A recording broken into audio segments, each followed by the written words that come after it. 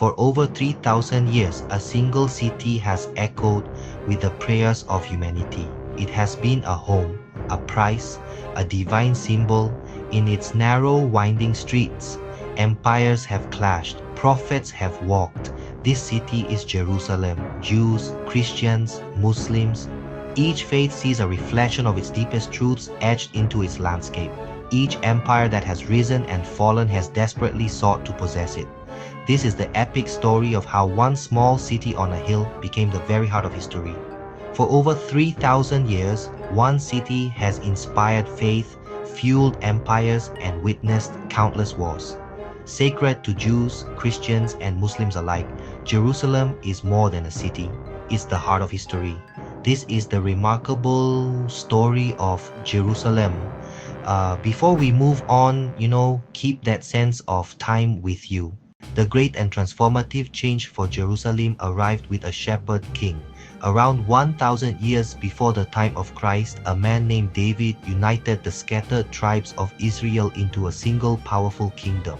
He was a warrior, a poet, a visionary leader. After years of civil war and external threats, he sought a new center for his people. He needed a capital that belonged not to one tribe, but to all. His eyes turned to the well-fortified city of the Jebusites, a neutral and strategic prize waiting to be claimed. David's conquest of Jerusalem was a masterstroke. The city stood on a high ridge protected by deep valleys on nearly all sides. It was thought to be impenetrable, yet David and his men found a way. Capturing the city and making it their own, he did not destroy it. He made it his personal city, the city of David. This was more than a military victory, it was a profound political statement. By choosing a city with no prior history tied to any single tribe, David created a unified center of power. After David's long and storied reign, the throne passed to his son Solomon. Where David was a man of war, Solomon was a man of wisdom. Solomon was a man of wealth. Solomon was a man of diplomacy. He inherited a stable and prosperous kingdom, and he set out to build upon his father's legacy in the most magnificent way imaginable. Solomon's reign is remembered as a golden age for ancient Israel, a time of peace and unparalleled construction. His greatest achievement was the building of the first temple. It was a project of breathtaking scale and ambition, meant to be a permanent home for God. The construction of the temple was an international affair. Solomon made alliances with neighboring kings. He imported fragrant cedar wood from Lebanon. He hired skilled artisans from Tyre, gold, silver, bronze. For 7 years, construction filled the air. The grand structure rose on the hilltop David had chosen. When it was completed, it was a marvel of the ancient world. The inner sanctuary, the Holy of Holies, was overlaid with pure gold. It housed the Ark of the Covenant. It was a place of awesome and terrible beauty, the single most sacred spot for the Jewish people. The first temple transformed Jerusalem. It became more than a royal city. It became the undisputed spiritual center. The temple was the heart of all worship. Priests conducted daily rituals and offered sacrifices. 3 times a year on the great pilgrimage festivals, Jews from all corners of the kingdom would journey to Jerusalem to pray and offer. The city streets would swell with pilgrims. A vibrant, bustling atmosphere of devotion and celebration filled Jerusalem. The temple was the anchor of their identity, a physical manifestation of their bond with God. This golden age, however, carried the seeds of its own demise. The immense cost of Solomon's building projects, the temple and his lavish palace, required heavy taxation and forced labor. These policies created deep resentment among the tribes, especially in the north. While Jerusalem flourished, discontent grew in the provinces. After Solomon's death, the kingdom fractured. The northern tribes broke away. The united monarchy came to a bitter end. The temple remained a glorious symbol in a divided land, but the unity it was meant to represent was shattered. leaving the kingdom vulnerable to powerful empires rising around it. For centuries after Solomon, the kings of Judah ruled from Jerusalem. The city saw renewal and corruption. Prophets walked its streets, warning rulers to return to the covenant. The great empires of the east were growing stronger. Assyria advanced, then Babylon. Despite defiance and reform, history's tide turned against Jerusalem. The city's day of reckoning was fast approaching. Around 586 BCE, the inevitable happened. The mighty Babylonian army descended, led by Nebuchadnezzar. After a long, brutal siege, the city's walls were breached. Soldiers poured in, showing no mercy. They looted the city, stripping Solomon's temple of its gold. Then they set the temple ablaze. The glorious house of 400 years burned and crumbled. The destruction was total, an end of an era burned into collective memory. What followed was a forced march into exile. Nebuchadnezzar deported the king, the priests, the scribes, the leading families. They were taken hundreds of miles to the heart of the Babylonian Empire, modern Iraq. This was the Babylonian exile. During the reign of Emperor Augustus, a Jewish artisan from the northern region of Galilee, Jesus of Nazareth began his public ministry. He traveled the countryside teaching, healing, gathering a group of devoted followers. He spoke of the kingdom of God, of justice for the poor, and of a new interpretation of the ancient laws. His message resonated with many who were suffering under Roman rule and yearned for salvation, both spiritual and political. His journey and his destiny would ultimately lead him to Jerusalem. For Jesus, like all Jews of his time, Jerusalem was the center of the world. He traveled to the city for the great pilgrimage festivals, just as millions had done before him. The Gospels describe him teaching in the courtyards of the magnificent Second Temple, challenging the religious authorities and astonishing crowds with his wisdom. He wept over the city, foreseeing the destruction that would one day befall it. His entry into the city on a donkey, his final meal with his disciples, his agonizing prayer in the Garden of Gethsemane, these moments became the foundation of a new faith. The climax of his life unfolded within Jerusalem's walls during the Passover festival. Accused of blasphemy by some Jewish leaders and of sedition by the Roman authorities, Jesus was arrested, tried, and condemned to crucifixion. This brutal Roman method of execution was reserved for rebels and criminals. His death on a cross just outside the city walls was a public and humiliating event. For his disciples, it was a moment of utter despair and crushing defeat. The leader they had placed all their hope in was gone. Their movement appeared to be over, another failed messianic dream in a long line of them. But the story did not end there. 3 days later, his followers claimed he had risen from the dead, appearing to them before ascending to heaven. This belief in the resurrection transformed everything. It turned a small, defeated Jewish sect into a dynamic and fast-spreading movement. Jerusalem was now not only the city of the temple, but the city of the cross and the empty tomb. It was the place where death was conquered and salvation was won.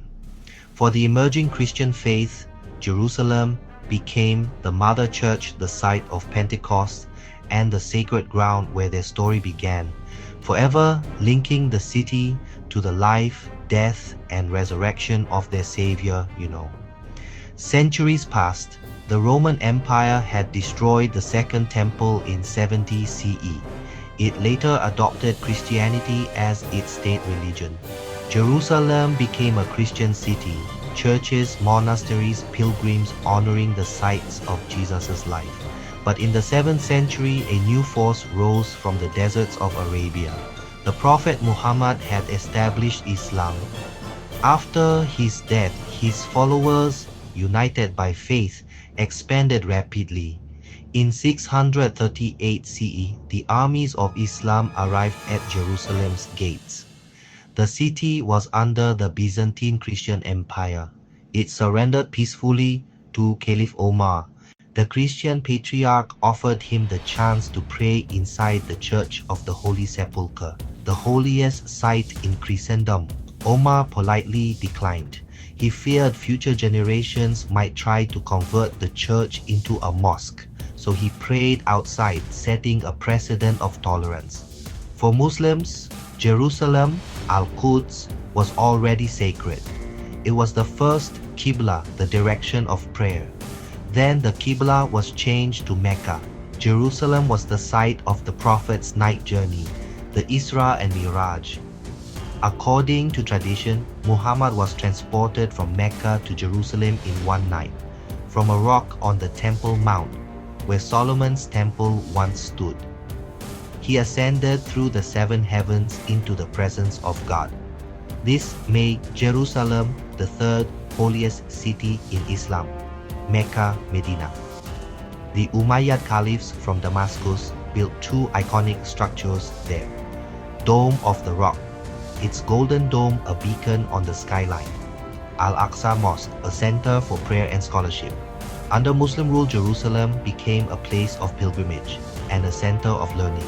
It generally allowed Jews and Christians to continue to live and worship, thus establishing the multi-faith character that still defines the city. For several centuries, Jerusalem existed as a diverse city under Muslim rule, a destination for pilgrims of all three faiths. But in Europe, stories circulated about hardships faced by Christian pilgrims. These stories fueled a desire to reclaim the holy city for Christendom. In 1095, Pope Urban II delivered a fiery sermon calling on knights and nobles to embark on a holy war. This was the beginning of the Crusades. For nearly 200 years, control of Jerusalem and the Holy Land was the focus of brutal conflict between Christian Europe and the Islamic world. In 1099, the First Crusade reached Jerusalem. Christian armies besieged and captured the city. They slaughtered many Muslim inhabitants. They slaughtered many Jewish inhabitants. The Crusaders established the Latin Kingdom of Jerusalem, a feudal state in the Middle East. For a time, Jerusalem was once again a Christian capital. Muslim powers began to unite after initial fractures. Saladin, the Kurdish Sultan, forged a powerful army. In 1187, Saladin recaptured Jerusalem. Unlike the Crusader conquest, Saladin spared inhabitants and allowed Christians to live or remain with rights protected. The Crusades back and forth left deep, lasting scars on the city and between the faiths. Control shifted several more times until the Mamluks from Egypt solidified Muslim rule for 2.5 centuries. Then in 1517, the Ottoman Turks rose to dominate the Middle East. Sultan Selim I led the conquest of Jerusalem, starting 4 centuries of Ottoman rule. His son, Suleiman the Magnificent, rebuilt the city's iconic walls and gates. Under long Ottoman rule, Jerusalem settled into a relatively peaceful, if stagnant, existence. The empire organized the old city into distinct quarters for Muslims, Christians, Jews, Armenians. Pilgrimage continued, holy sites were maintained. By the 19th century, the Ottoman Empire was weakening. European powers began exerting influence, sending consuls, missionaries, and archaeologists. New ideas of nationalism took root among the local Arab population. New nationalist ideas also grew among Jews in Europe, dreaming of return to their ancestral homeland. These currents set the stage for the conflicts of the modern era. The 20th century brought dramatic and violent change. The Ottoman Empire collapsed in the aftermath of World War I, and British forces entered Jerusalem in 1917. Britain was granted a mandate to govern the territory, promising to help establish a national home for the Jewish people while also protecting the rights of the existing Arab population. This was an impossible balancing act. Jewish immigration increased and so did tensions. Jewish nationalist movements grew stronger, Arab nationalist movements grew stronger. Competing claims for the same land with Jerusalem at its heart led to increasing conflict and violence. After the devastation of World War II and the Holocaust, international pressure to create a Jewish state intensified. In 1947, the United Nations proposed a plan to partition the land into separate Jewish and Arab states, with Jerusalem to be governed as a special international city. The plan was rejected by the Arab leadership, and when the British mandate ended in 1948, the State of Israel was declared. War immediately broke out. When the fighting ended, Jerusalem was a divided city for the first time in its history. Israel held the western part, while Jordan controlled the east, including the historic Old City and its holy sites. For 19 years, walls and barbed wire snaked through the city's heart. Then, in 1967, the Six-Day War erupted. In a swift and decisive military victory, Israeli forces captured East Jerusalem, unifying the city under their control for the first time since antiquity. For the Jewish people, it was a moment of profound, almost messianic significance, a return to the Western Wall and the Temple Mount after 2 millennia. For the Palestinians and the wider Arab and Muslim world, it was a deeply felt loss, the beginning of a military occupation of their lands and holy places. The future of Jerusalem became the single most intractable issue in the ongoing conflict. Today, Jerusalem remains a city of breathtaking beauty and profound tension.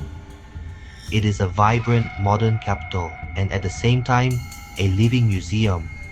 In the same hour, you can hear the Muslim call to prayer, the peal of church bells, and the chanting of Jewish prayers at the Western Wall. Its story is not finished. New chapters are written every day in its streets, its homes, and its houses of worship. The weight of 3,000 years of faith, conquest, and resilience is felt in every stone. Its story teaches us about the enduring power of faith, the tragedy of conflict, and the incredible human capacity to hope and to endure. A story that continues to challenge and inspire us all.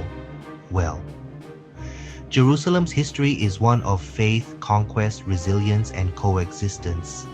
The book shows how kings, prophets, conquerors, and ordinary people all shaped the city's remarkable story, making it one of the most influential places in human civilization. This is the tale of that incredible resilience, a city that has witnessed the rise and fall of civilizations, yet remains a powerful living symbol for billions today. If you enjoyed this book summary, please like, subscribe, and turn on notifications for more history, biography, and best-selling book summaries. Share in the comments which period of Jerusalem's history fascinated you the most. Thanks for watching.